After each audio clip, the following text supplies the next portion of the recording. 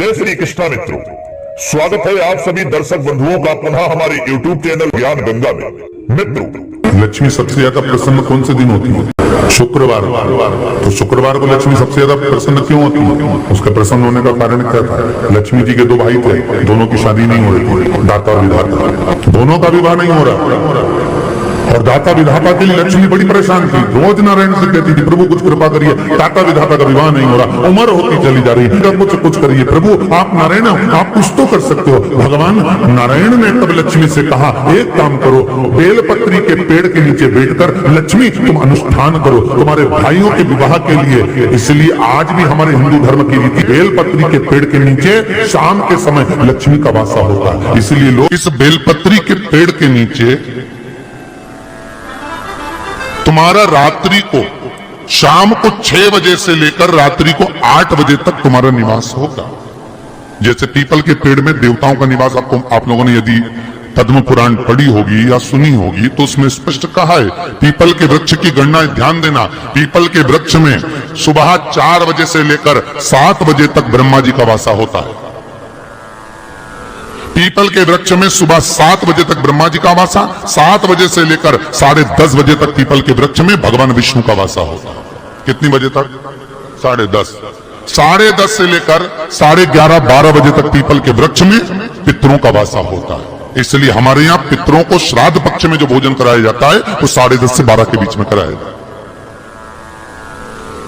12 बजे के बाद पीपल के वृक्ष में दोपहर के 1:30 बजे तक आहूतों का वासा रहता है। आहूत कौन? जो गर्भ में शांत हो गए, जो कुंवारी अवस्था में शांत हो गए, जो जन्म लेने के बाद उनका विवाह नहीं हुआ और शांत हो गए, उन आहूतों का वासा उस पीपल के वृक्ष में दोपहर में 1:30 बजे तक रहता है। उसके बाद में प्रेतों का वासा चालू होता है। इसलिए दोपहर के समय पीपल के पेड़ की परिक्रमा नहीं होती।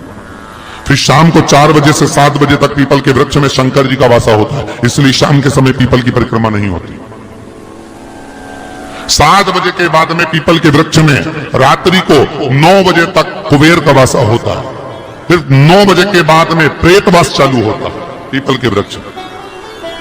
उसी तरह बेलपत्री का जो वृक्ष है, उस बेलपत्री के वृक्ष के नीचे रात्रि को 8 बजे से लेकर 12 बजे तक बेलपत्री के पेड़ के नीचे कुबेर का निवास होता है। महाराज, कुबेर का निवास। प्रयास करा करो इसी बेलपत्री के पेड़ के नीचे हम दीप लगाएं, घी करें।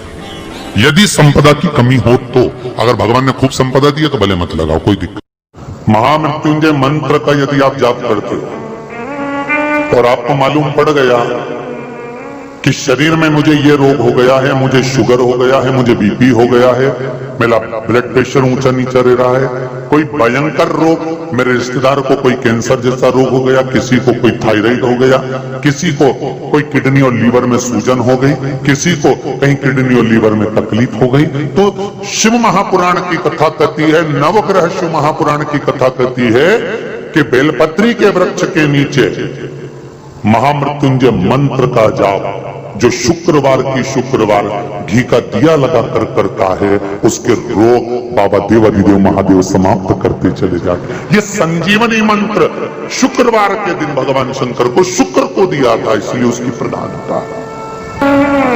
ये वो संजीवनी मंत्र शुक्रवार के दिन बेलपत्री के वृक्ष के नीचे बैठकर घृत का दिया लगाकर शरीर में जो रोग है उसका स्मरण कर कर शंकर जी से विनय कर कर, हे भोलेनाथ, आपने शुक्र देवता को संजीवनी मंत्र दिया है, तो क्या आप मेरे को वो मंत्र प्रदान नहीं करोगे? मेरे रोग, मेरी बीमारी, मेरे दुख को आप नहीं हरोगे? शिव से कहो, ये शरीर आपने दिया है और भजन करने के लिए दिया है, स्मरण करने के लिए दिया है, कीर्तन करने के लिए दिया है, तो संभालोगे भी आप। और बेलपत्री की ओर मुख कर घी का दिया लगाकर महामृत्युंजय मंत्र का स्मरण कर लेने पर धीरे धीरे धीरे धीरे धीरे धीरे वो रोग समाप्ति की ओर आता चले जाता है।